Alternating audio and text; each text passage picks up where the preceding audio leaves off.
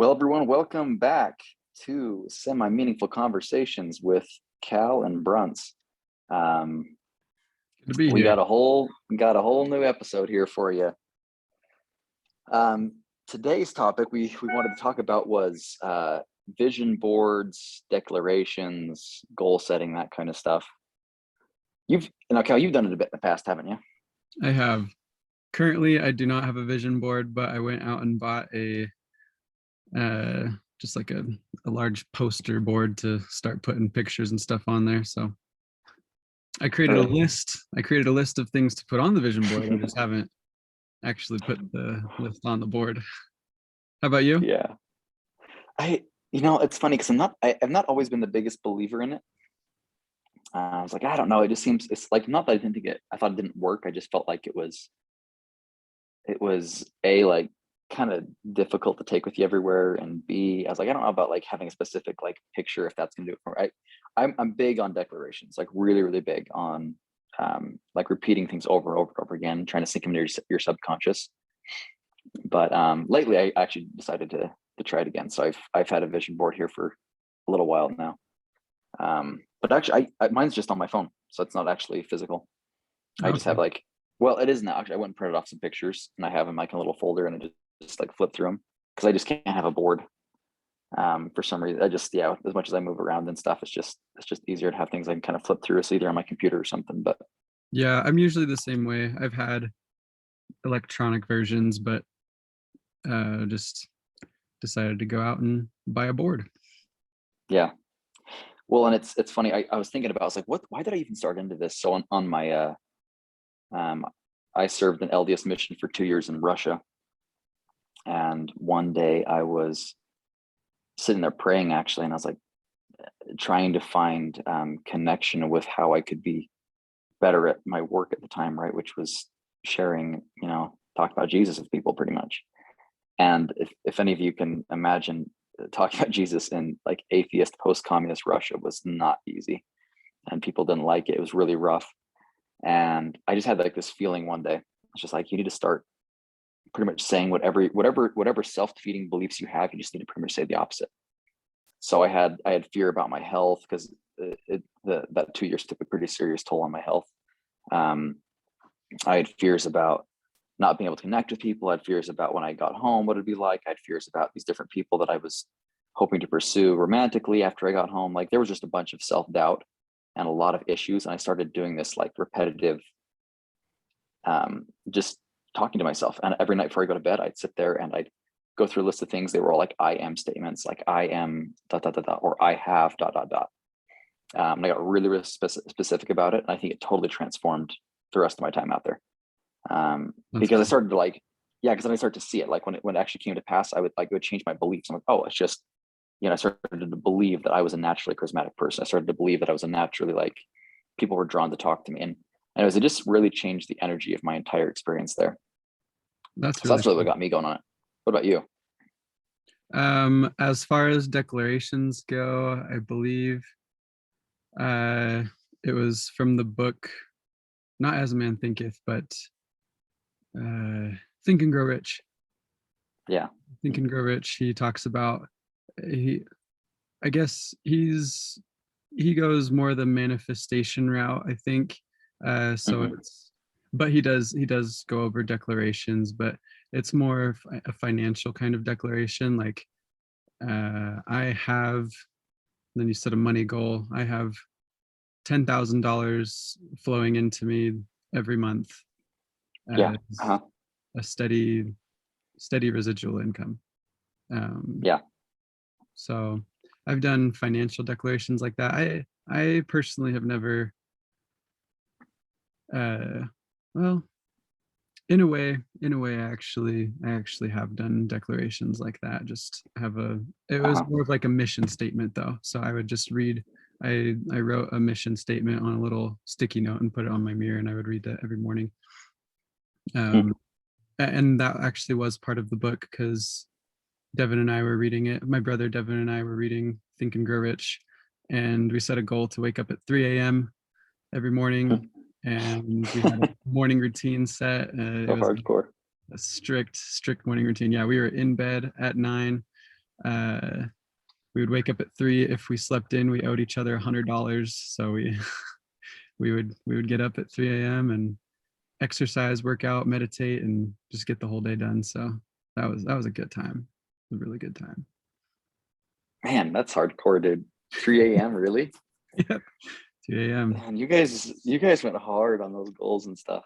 We did that for a month straight, and then stopped having to owe each other money. I think I owed him $100 once, and he owed me $100 once. So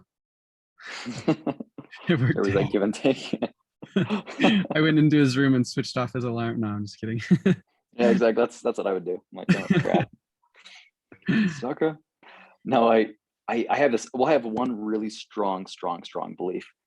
I've done a lot of visualizations and none of them ever happened. I've had other ones like visualizations, declarations, or some affirmations, whatever you want to title it as. Really what you're doing is the first step of creation, right? You're imagining, speaking, or first 2 steps of creation. Like you're trying to create something way before it becomes physical, and in the it's as real as anything. I believe thoughts are real. I believe words are real. I believe all of it is energy.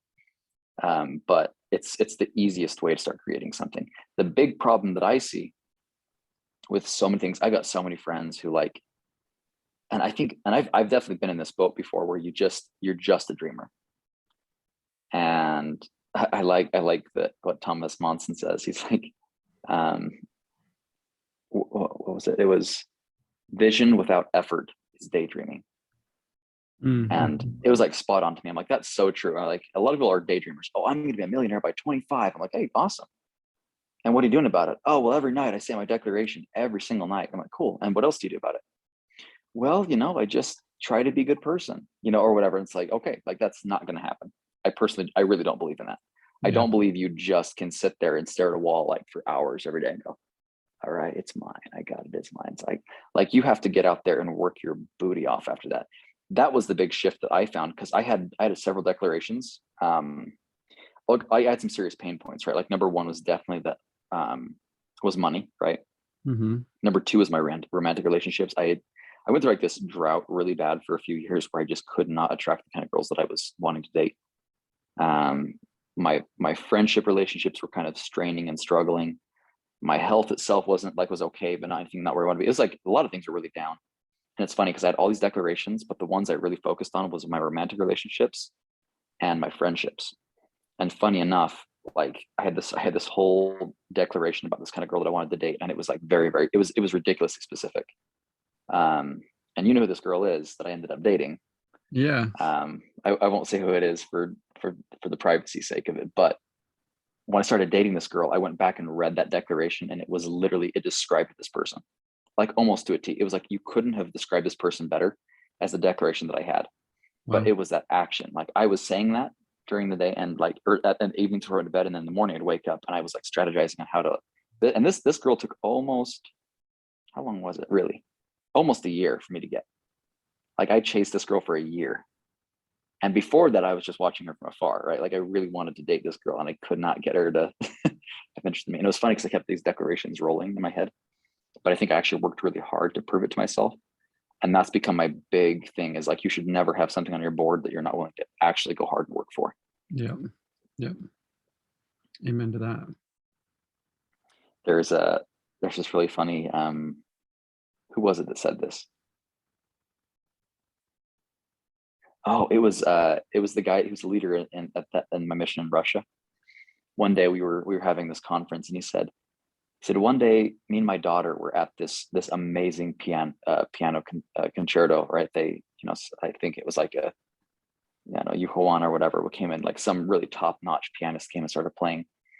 And he's like, we're sitting there, and he said, we're just enraptured by this music. It was just gorgeous. And this pianist had such an amazing touch. And he said, my daughter leans over and says, Dad, someday I'm going to play just like that. He looks back at her and he's like, no, you won't. And he's like, she got really offended. She's like, Dad, like, you're supposed to believe in me and believe in my dreams. And he said, no, the wording was, she said, Dad, I want to play like that someday. And he said, no, you don't.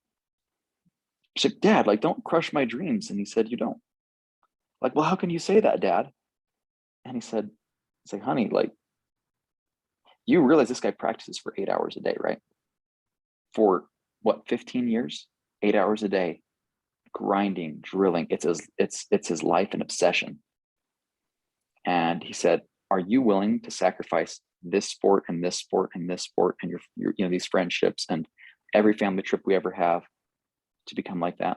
She's like, nope, I'm not. He's like, okay, there we go. He said, there's nothing wrong with that. You don't need to be a world-class pianist. He's like, if you're not willing to pay the price, then don't try to just daydream. And I've actually really big believer in that. Like, I think goal setting is really toxic sometimes, because that's all some people do is just set goals and set goals and set goals and set goals, but they're never willing to put in the work necessary. Mm-hmm. Yeah. Are you a believer in New Year's resolutions? I kind of feel like no. I think it's better than nothing, right? Like, I think any effort that you make is, again, because I think a lot of people actually, even if you only keep part of it, it's still better than just sitting on your fat booty and drowning in those calories. But typically, no. Like, I think the best time to set a New Year's resolution is right before Thanksgiving. I'm serious. Like, that's typically when I go off sugar. That's typically when I make some of my hardest goals, is right before the holidays. Because if you can survive the holidays off sugar, and I did this last year, by the way, completely off sugar, completely off wheat. Wow. Actually, I think I may not have eaten a lot of dairy either. It was like a very rigid program. And now I pretty much have like converted to a lifestyle of a certain type of eating. Like, I eat some sugar, but I'm pretty careful. And then I pretty much just don't eat wheat at all anymore, for health reasons. But I think that's why, like, you have to like put in the hardest place first, because that in the effort, if you can't get out there and prove it to yourself every day, then it's almost like you're just, it's like you're daydreaming. And then he said, the other part of that quote is that effort without vision is drudgery, which is super true. You know, those guys that work their booties off all day and they just hard workers, but they never get anywhere because they don't have the vision too. So it's vision without effort is daydreaming, and effort without vision is drudgery. Drudgery. Yeah. Super solid quote. I love it. Cool. I really like that. Well, what about you? What about you though, Cal? I mean, you're actually, I mean, you're someone I feel like has chased some pretty big goals and dreams. Where are you finding the balance? I have a difficult time finding the balance, if I'll be completely honest. I've had I've had these moments where I, for example, stop believing in New Year's resolutions and think, oh, that's dumb. I just need to, I'll write out goals another time.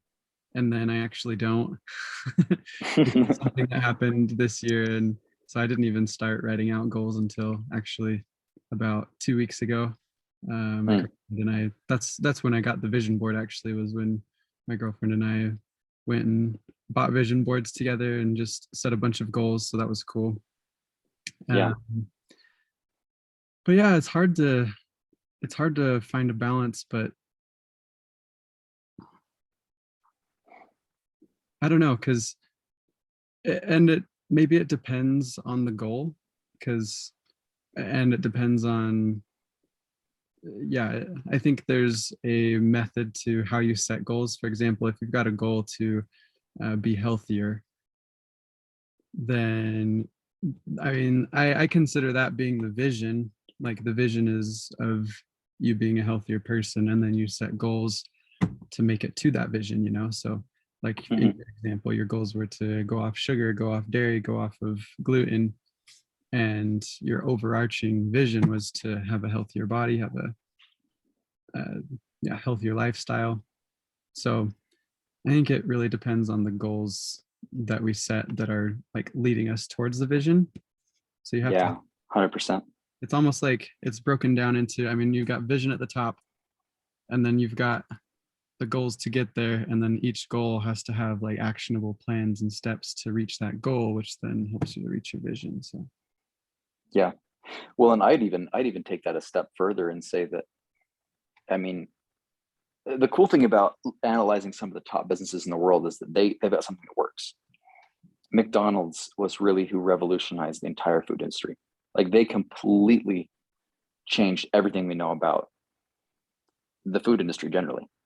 And what they really found was that routines and the assembly line concept was what changed it all. And I think of it that way a lot. Like, I think one of the biggest problems with goals as well is that people require too much of willpower to accomplish their goals. Like they're relying on that.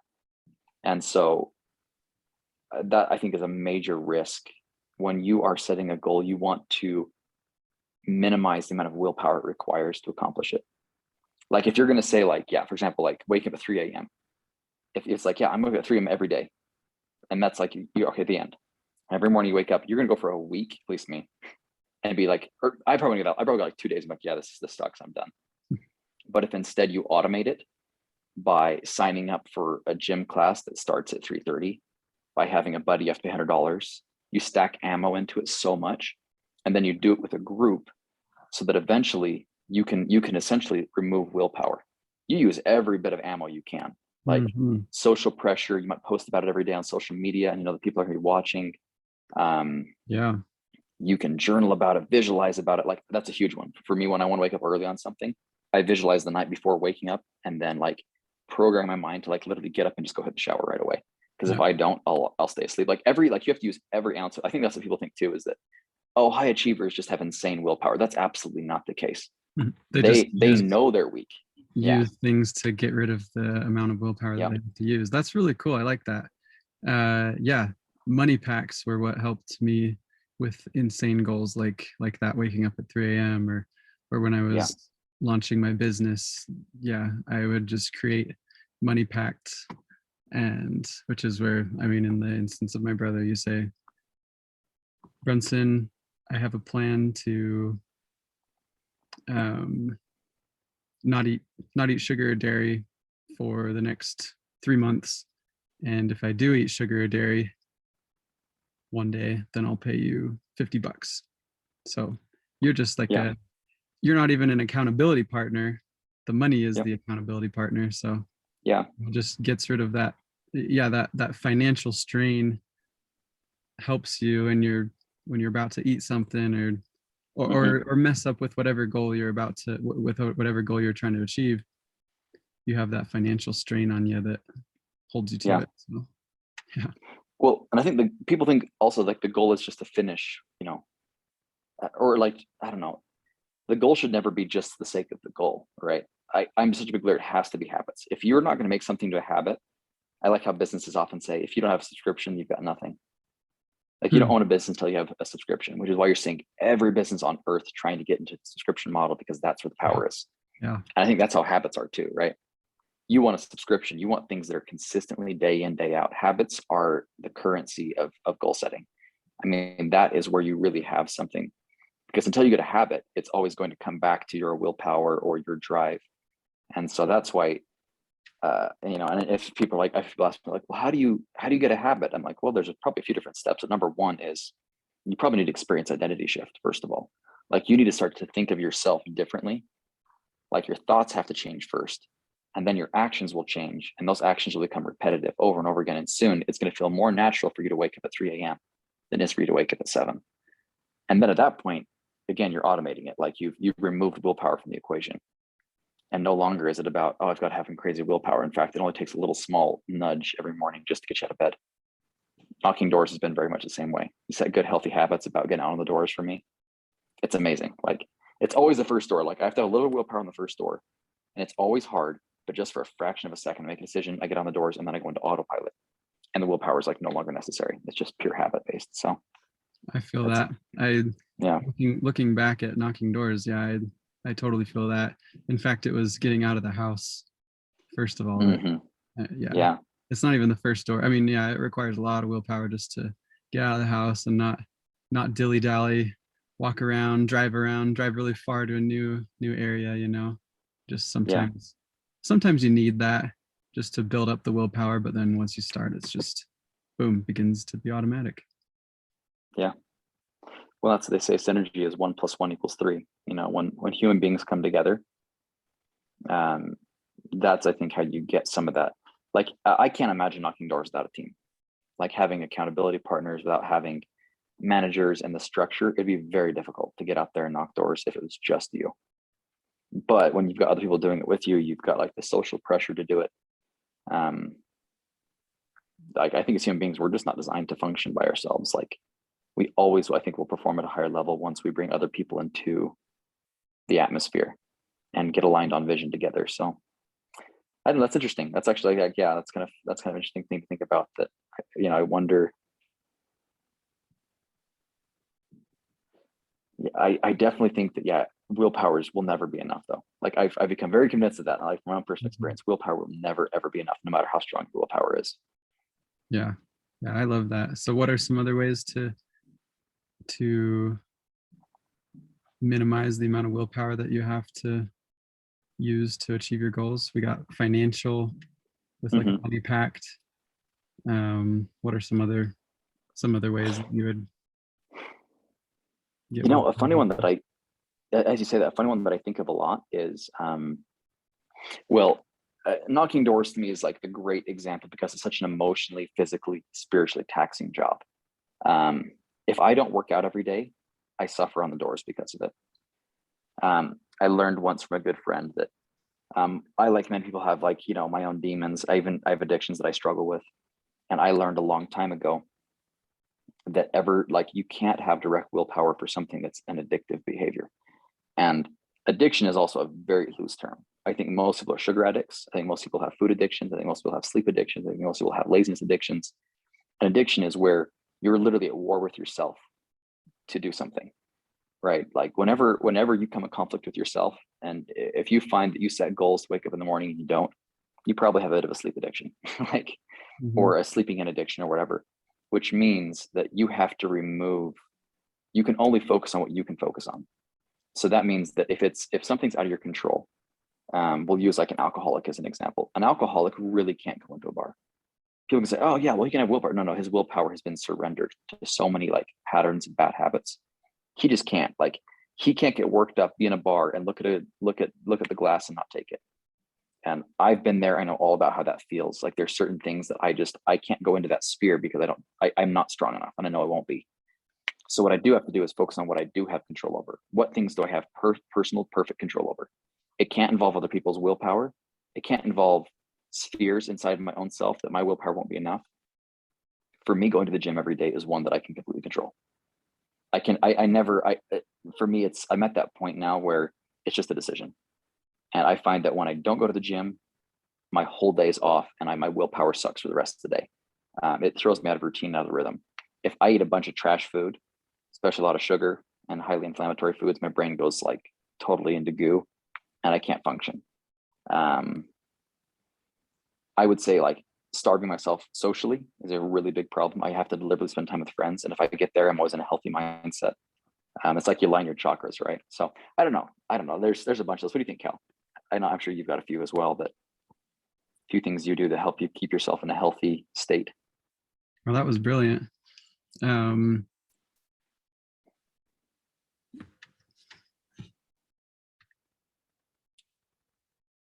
it's a great question. I hadn't really thought of it that way. I mean, to be fully honest, the money packs is the only one that I can think of right now. Hmm. I'm Yeah. not sure. Uh, I mean, there's probably other ones that just aren't coming to my mind right now, but yeah, just other ways Yeah. to minimize the amount of willpower that it takes to get a goal done. Well, I it's think probably personality based too, right? could be personality based.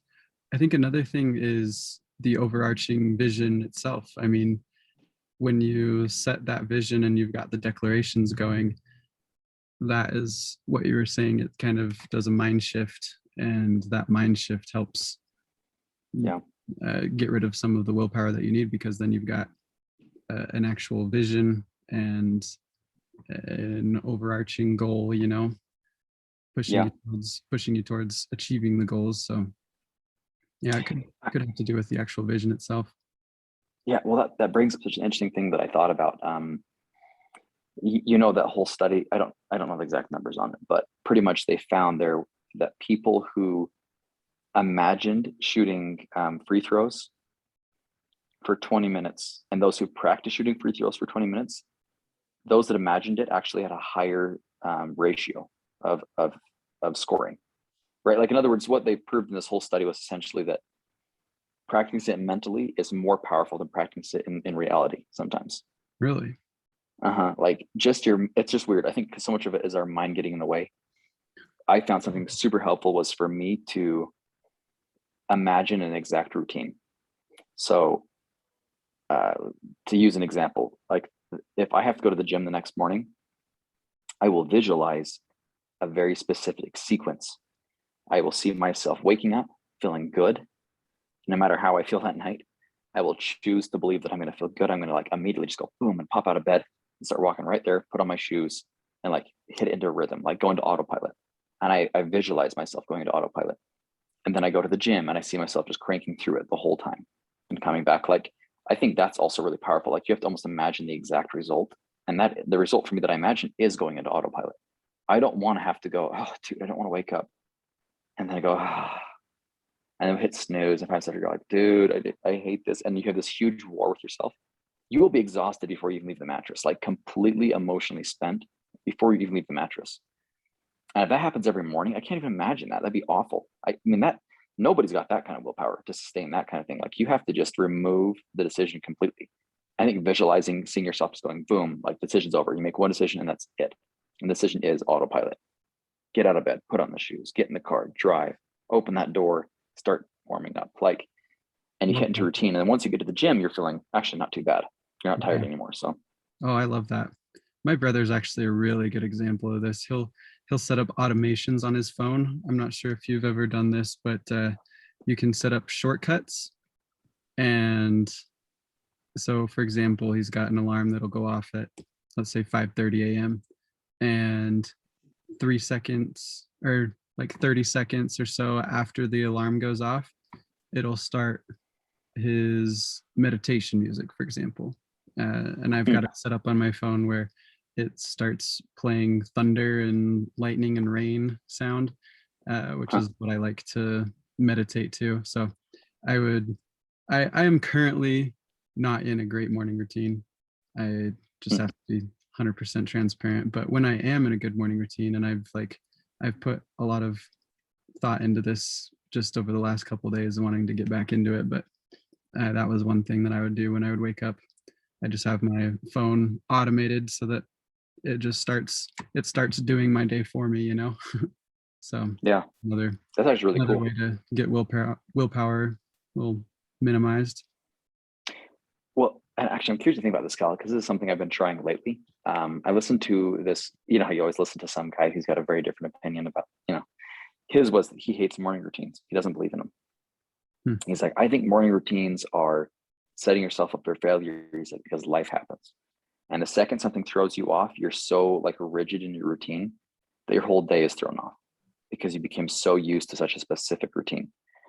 And I've realized for some personalities that are very, very consistent, if you're working a 9 to 5 and your day is extremely predictable, it probably is very helpful to have a very good morning routine. Hmm. I actually started looking back through my life and I've realized when I was in Guatemala, my morning routine was very different than it was in the US. And that's not bad though, right? I think that instead my focus has shifted from having a rigid morning routine to having an extremely flexible morning routine. And it's based more on principles than on techniques. So like the principle is do something hard every morning, like, which is a weird thing, but like whatever that is, it could be a few push-ups, it could be making my bed, it could be intermittent fasting, it could be meditating. I do like something to try to get myself to like level up my, you know, higher plane of thinking. Mhm. And by the way, like just like you, I'm not going to say this is like I don't have this dialed in right now, but it's actually been working way better than some things that I've done in the past, which I used to have like a 2 hour morning routine. And it was very specific and it was very rigid. And the second company would come over, it just all fell to pieces and I did nothing. Or the second I had to go on a trip, nothing. Like, and I travel and I move around enough that I have to be super flexible. So like I realized, okay, there's only a few things that really matter. And there's only a few things that I can do pretty much everywhere. And one of them is a cold shower. Um, if you can take a hot shower, you can take a cold shower.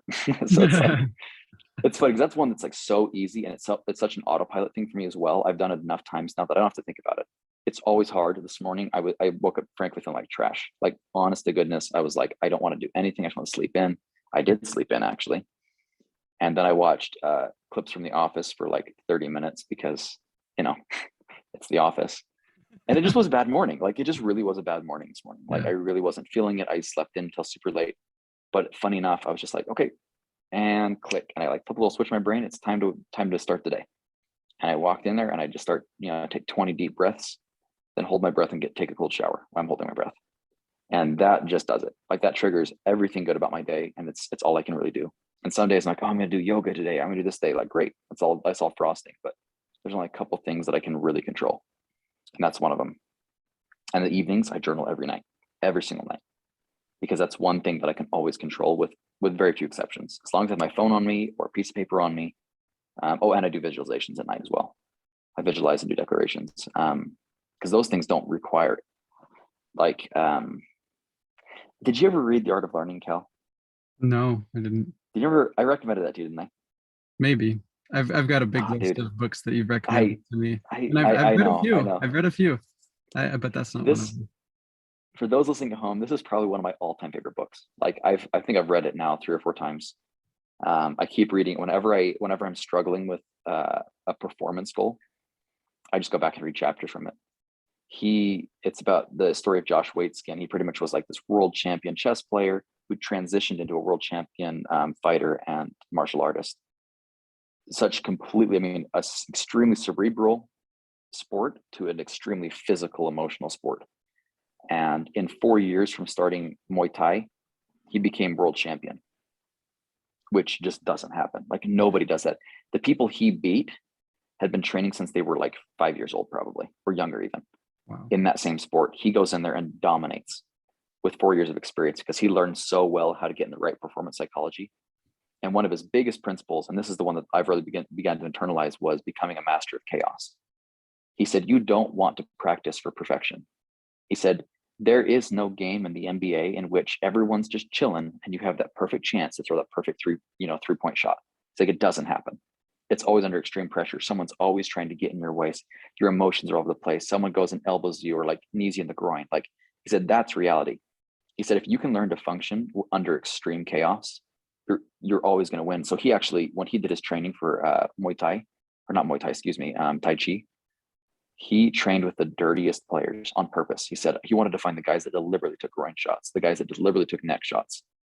And he said, I wanted to train with the people that actually might injure me, because if I get the crap beaten out of my, getting beat up really badly by them, when I got in a ring and if someone did a dirty move, I'm not going to be freaking out about it or going, hey, that's unfair. And then your head game's completely screwed because someone cheated or someone did something unfair. And that's why he had this, it's a old, proverb that says you can either, I think something like, in the journey of 1,000 miles, you can either cover the trail with leather or make sandals. And that was kind of his philosophy, was don't try to make everything perfect. Don't try to make your environment perfect. Make yourself adaptable inside the environment so that you can always very quickly and very easily adapt to any scenario. Anyway, so all of this crazy philosophy boils down to my morning routine is more about, instead of trying to focus on having a perfect morning routine, I think I'm leaning more towards becoming an extremely adaptive human being who can function at a high level under really any circumstance, night or day, whether you have a lot of sleep or little sleep, whether you're feeling good or not feeling good. Like find things that are very fundamental and that you have intense control over. So I don't know. Tell me your thoughts on this, Cal. I think that was a beautiful little sound bit right there, and we could use that to advertise this on Instagram, and everybody will everybody will love it. We're just about out of time, actually. Oh, dang, look at that. Yeah, this has been great. I felt I feel like I talked a lot. I feel like I talked a lot here, Cal. I also felt like I talked a lot, so we're good. Okay. I get on my soapbox every now and again and start ranting. The truth is I love to hear myself talk. It's my guilty. It's true. I do. I'll admit it. I like talking. You shared some great thoughts, really great thoughts. And yeah, that was a good convo. I'm personally setting a couple goals to get my morning routine in place.